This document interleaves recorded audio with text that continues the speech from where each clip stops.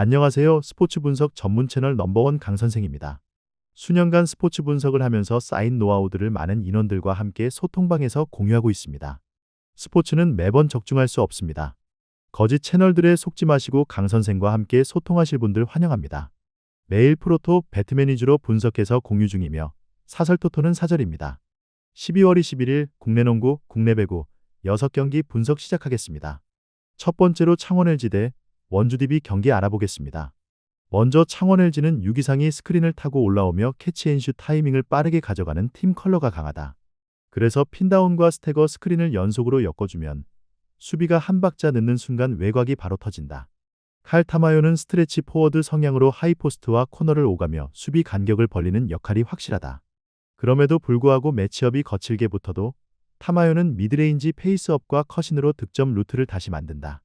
아셈 마레이는 페인트존에서 리바운드를 장악하는 동시에 엘보우에서 패싱 허브처럼 공격을 연결하는 빅맨이다.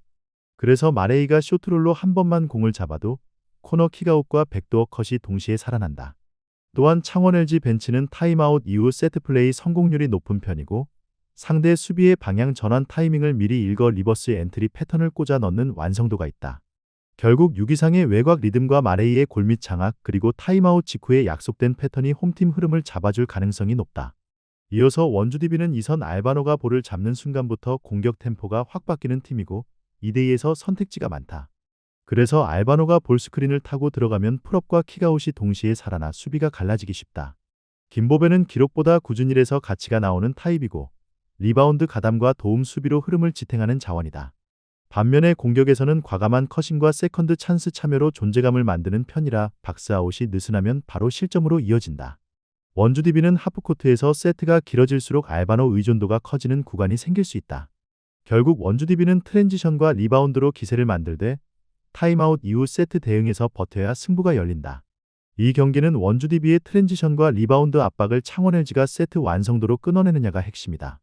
그래서 타임아웃 이후 리버스 엔트리로 첫 옵션을 정확히 꽂아 넣는 창원 LG가 흐름을 가져갈 가능성이 크다. 그리고 클러치 구간에서 6이상의 외곽과 마레이의 골밑 장악이 겹치는 순간 창원 LG 승리가 가장 현실적으로 성립된다. 이번 경기 창원 LG 승을 추천합니다. 핸디 언어버 및 최종 조합은 고정 댓글 링크를 통해 가족방에서 확인해주세요. 두 번째로 서울 SK 대 울산 모비스 경기 알아보겠습니다. 먼저 홈팀 서울 SK는 하프코트에서 세트의 완성도가 높고 리드를 잡은 뒤 경기 템포를 통제하는 운영이 강점인 팀이다. 오재현은 압박 수비에서 활동량이 워낙 많고 몸을 붙이는 온볼 디펜스로 상대볼 핸들러의 리듬을 끊는 타입이다. 그래서 초반부터 상대 가드가 드리블 각을 잡기 어려워지고 공격 전개가 한 박자 늦어지는 장면이 자주 나온다. 최부경은 기록보다 가치가 큰 블루워커형 빅맨이고 스크린과 박스아웃으로 팀 공격의 출발점을 만들어주는 자원이다. 또한 리바운드 경합에서 몸싸움을 먼저 걸어주기 때문에 세컨드 찬스를 줄이고 한 번에 끝내는 수비가 가능해진다. 데릴 멀로는 하이포스트에서 시야가 넓고 패싱으로 동료를 살리는 포인트 빅맨 성향이 강한 자원이다.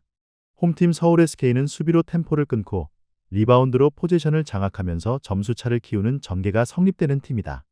이어서 원정팀 울산 모비스는 활동량과 전환 속도로 분위기를 바꾸는 힘은 있지만 큰 점수 차 상황에서 공격이 단발로 끊기는 약점이 드러나기 쉽다. 박무빈은 볼 운반과 템포 조절을 맡는 가드로 팀을 살리는 패스 선택을 늘려가며 경기 운영 쪽으로 무게를 두는 타입이다. 하지만 상대의 압박 강도가 올라가면 첫 패스가 막히는 순간이 생기고 그때부터 세트가 늦어지며 24초가 급해지는 장면이 나온다. 레이션 해먼즈는 골밑에서 힘으로 버티는 득점과 리바운드 생산이 가능한 자원이고 페인트존에서 효율을 뽑아내는 게 장점인 타입이다. 그래서 미스매치가 생기면 빠르게 마무리할 수 있지만 팀 전체가 밀릴 때는 해먼즈에게 부담이 과하게 쏠리며 공격이 단조로워질 수 있다. 울산 모비스가 리바운드에서 밀리기 시작하면 트랜지션 빈도가 줄고 외곽의 급한 슛 비중이 늘어 효율이 떨어질 가능성이 크다. 결국 이 매치업은 원정팀 울산 모비스가 흐름을 급하게 당기기 시작하는 순간 실수가 늘어나는 구조로 이어질 수 있다. 이 경기는 홈팀 서울 SK가 압박 수비와 리바운드로 격차를 만들고 4쿼터에는 운영으로 끝내는 흐름이 가장 설득력 있다. 그래서 원정팀 울산 모비스가 해먼즈로 득점을 버텨도 포지션에서 밀리는 순간 추격 동력이 꺼질 가능성이 크다. 결국 4쿼터 중반 이후 식스맨 운영과 볼 소유율 관리로 경기를 잠그는 홈팀 서울 SK 승리가 성립되는 매치업이다. 이번 경기 서울 SK 승을 추천합니다. 핸디 언어버 및 최종 조합은 고정 댓글 링크를 통해 가족방에서 확인해 주세요. 세 번째로 부산 KCC 대 수원 KT 경기 알아보겠습니다. 먼저 홈팀 부산 KCC는 허웅이 볼을 잡는 순간 공격의 시작점이 명확해지는 팀이다.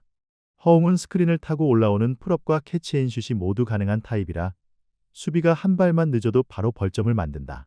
그래서 상대가 탑에서 압박을 세게 걸어도 허웅은 핸드오프나 리스크린으로 다시 각을 만들면서 리듬을 되살리는 경우가 많다. 송교창은 트랜지션에서 윙을 치고 올라가는 속도와 코너 컷 타이밍으로 수비 시선을 흔드는 움직임이 강점이다. 또한 수비에서는 매치업을 바꿔가며 버티는 힘이 있어 외곽 에이스 견제 구간에서 팀 밸런스를 잡아주는 축이다. 숄롱은 피지컬을 기반으로 하이포스트부터 페인트존 하단까지 폭넓게 활용되는 빅맨이다. 그럼에도 불구하고 외곽이 잠잠하면 답답해질 수 있지만 부산 KCC는 숄롱의 공격 리바운드가 그 답답함을 강제로 깨는 방식이 있다. 결국 부산 KCC는 하이포스트 거점과 리바운드로 소유권을 늘려서 상대 수비 구조를 흔들며 득점을 누적시키는 쪽이 더 자연스럽다. 이어서 원정팀 수원 KT는 조엘 카굴랑안이 볼 운반과 속도 조절에서 팀 템포를 만드는 가드다. 카굴랑안은 돌파로 수비를 접게 만든 뒤 코너나 45도 쪽으로 패스를 뿌리며 스페이싱을 살리는 전개를 선호한다. 그래서 수비가 드롭으로 물러나면 미드레인지 플로터나 짧은 풀업으로 리듬을 이어가려는 선택이 잦다. 에릭 로메로는 페인트존에서 스크린을 단단히 걸어주고 롤 이후 골 및 마무리로 효율을 뽑는 전형적인 인사이드 자원이다. 또한 공격 리바운드에 한번 가담해주면 수원 KT는 단숨에 세컨드 찬스를 늘리면서 분위기를 바꾸는 힘이 생긴다. 다만 페인트존에서 몸싸움이 길어지면 파울 트러블이 붙고 그 순간 리바운드 집중력이 흔들리는 장면이 나온다. 결국 수원 KT는 외곽 성공률이 받쳐줘야 공격이 가벼워지는데 인사이드 소유권을 빼앗기면 운영 자체가 무거워질 가능성이 크다. 부산 KCC는 숄롱의 하이포스트 장악과 세컨드 찬스 누적으로 경기를 자기 페이스로 끌고 가는 팀이다. 그래서 리바운드에서 한 번씩 더 가져가는 흐름이 만들어지면 허웅의 득점 루트까지 자연스럽게 열릴 가능성이 높다. 결국 소유권을 지배하는 부산 KCC가 접전 구간을 넘어 승리를 가져갈 가능성이 높다. 이번 경기 부산 KCC 승을 추천합니다. 핸디 언어버 및 최종 조합은 고정 댓글 링크를 통해 가족방에서 확인해 주세요. 네 번째로 하나은행 대 우리은행 경기 알아보겠습니다. 먼저 홈팀 하나은행은 어제 경기 직후 휴식 없이 백투백을 소화해야 하는 일정이라 몸이 먼저 무거워질 수밖에 없는 매치업이다. 그래서 1쿼터 초반에는 기세로 공격이 잘 풀려도 경기 시간이 쌓일수록 다리부터 반응이 늦어지는 흐름이 나올 가능성이 크다. 박소희는 볼 핸들링과 외곽 타이밍으로 공격에 첫 단추를 끼우는 자원이라 초반 템포를 올리는 역할이 중요하다. 하지만 체력이 떨어지면 캐치앤슛의 하체의 힘이 무너지면서 슈팅 밸런스가 흔들릴 수 있다. 김정은은 포스트와 미드레인지에서 버텨주는 베테랑 옵션이라 하프코트에서 숨통을 틔우는 역할을 맡는다. 그럼에도 불구하고 백투백 구간에서는 수비 로테이션 복귀가 늦어지면서 공격에서 벌어준 점수를 수비에서 다시 토해내기 쉽다. 농구는 4쿼터 종료 시점까지 길게 봐야 하는 종목이라 승부처에서 다리가 풀리는 순간 전술 자체가 무력해진다. 그래서 홈팀 하나은행은 집중력 유지가 흔들리는 타이밍을 얼마나 늦추느냐가 사실상 유일한 생존 조건이다. 이어서 원정팀 우리은행은 체력적으로 세이브된 상태에서 수비 강도와 하프코트 완성도를 끝까지 유지할 수 있는 쪽이다. 세키 나나미는 볼 운반과 픽앤롤 조율로 템포를 설계하는 가드라 상대가 흔들리기 시작하면 경기 흐름을 빠르게 잠글 수 있다. 그래서 초반에는 무리하지 않고도 볼을 오래 소유하며 좋은 슛 셀렉션으로 체력을 아끼는 운영이 가능하다. 이명관은 코트에서 수비 에너지와 스팟업 타이밍을 동시에 가져가는 자원이라 로테이션의 질을 높여준다. 특히 상대 볼 핸들러 압박과 패싱 레인 커팅이 들어가면 백투백 팀은 볼 처리에서 숨이 막히기 시작한다. 김단비는 포스트에서 버티고 페이스업으로 찌르고 리바운드까지 책임지는 공격의 기준점이다. 하지만 김단비의 진짜 강점은 득점 한 번이 아니라 파울을 끌어내며 경기의 템포를 우리은행 쪽으로 묶어버리는 운영력이다. 결국 우리은행은 체력 우위와 운영의 안정감이 맞물려 승부처에서 더 강하게 밀어붙일 수 있는 팀이다. 이 경기는 홈팀 하나은행이 초반에 반짝 흐름을 잡아도 4쿼터까지 같은 강도로 끌고 가기 어려운 일정 변수의 싸움이다. 그래서 승부처로 갈수록 운영과 수비 강도를 유지할 수 있는 우리은행이 더 안정적으로 점수를 쌓아갈 가능성이 높다. 김단비의 승부처 득점 루틴과 세키 나나미의 템포 조절이 맞물리면 우리은행은 크게 흔들리지 않고 끝까지 간다. 결국 체력과 집중력이 마지막을 가르는 구도다. 이번 경기 우리은행 승을 추천합니다. 핸디 언어버 및 최종 조합은 고정 댓글 링크를 통해 가족방에서 확인해 주세요. 다섯 번째로 우리카드 대 KB손해보험 경기 알아보겠습니다. 먼저 홈팀 우리카드는 아라우조를 축으로 한 고타점 결정력으로 사이드아웃을 버티는 팀이다. 아라우조는 오픈 공격과 백어택에서 각이 크고 블로킹 위를 뚫는 강타로 득점 루트를 단순하게 만들지 않는다. 알리는 리시브에 관여하면서도 파이프와 강서브로 흐름을 바꾸는 타입이라 한번 분위기를 잡으면 연속 득점이 길어질 수 있다. 그래서 홈팀 우리카드는 공격이 막힐 때도 다시 한번 을 만들어내는 힘이 있는 편이다. 이상현은 중앙에서 블로킹 타이밍이 빠르고 이동 속공과 원블로킹 싸움에서 존재감을 만드는 미들 자원이다. 박진우는 네트 앞에서 손모양이 단단해 블로킹으로 상대 주포의 각을 좁히는 역할이 분명한 선수다. 하지만 홈팀 우리카드는 흐름이 꺾이는 구간에서 범실이 겹치면 오픈 토스 비중이 늘어 템포가 단조로워질 수 있다. 그럼에도 불구하고 서브로 먼저 흔들기만 하면 홈팀 우리카드는 블로킹 디그 연결로 다시 득점 루프를 돌릴 수 있는 전력을 갖고 있다. 이어서 원정팀 KB손해보험은 비에나를 중심으로 고공 강타와 라인 공략을 동시에 꺼낼 수 있는 공격 완성도가 강점이다. 비에나는 볼이 높아져도 결정력이 유지되는 아포지 자원이라 중요한 득점 구간에서 한 방으로 정리하는 힘이 있다. 나경복은 리시브 안정과 사이드아웃 마무리를 함께 가져가며 세트 후반에 점수를 쌓는 쪽으로 강한 흐름을 만든다. 야쿰은 수비 가담과 연결 플레이에서 팀 밸런스를 잡아주고 길게 가는 랠리에서 득점보다 흐름을 정돈하는 역할이 좋다. 그래서 원정팀 KB손해보험은 한번 흔들려도 다음 로테이션에서 다시 안정 구간을 만드는 방식이 가능하다. 특히 원정팀 KB손해보험은 경기 중반 교체 타이밍이 날카롭고 리듬이 깨질 때 바로 새 판을 짜는 속도가 빠르다. 결국 원정팀 KB손해보험은 세트가 길어질수록 운영으로 살아남고 끝에는 결정력으로 마무리하는 팀 컬러가 뚜렷하다.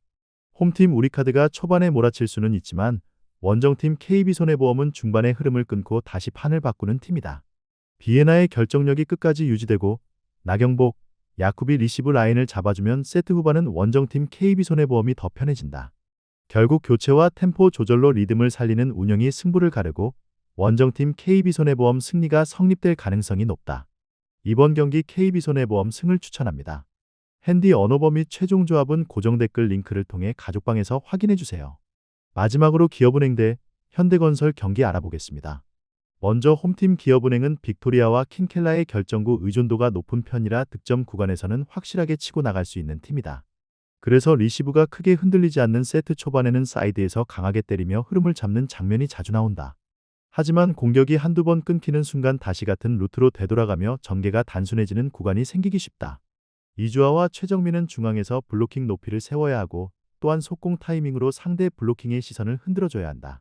그럼에도 불구하고 상대가 세터 운영으로 블로킹을 분산시키면 중앙은 한 발 늦어지며 원블로킹 확률이 떨어질 수 있다. 결국 홈팀 기업은행은 사이드에서 터지지 않는 시간대에 어떻게 점수를 만들지 그 대체 루트가 중요해지는 팀이다. 세트 후반으로 갈수록 범실이 늘어나는 구간이 생기면 한 번의 점수 차가 벌어질 위험이 있다.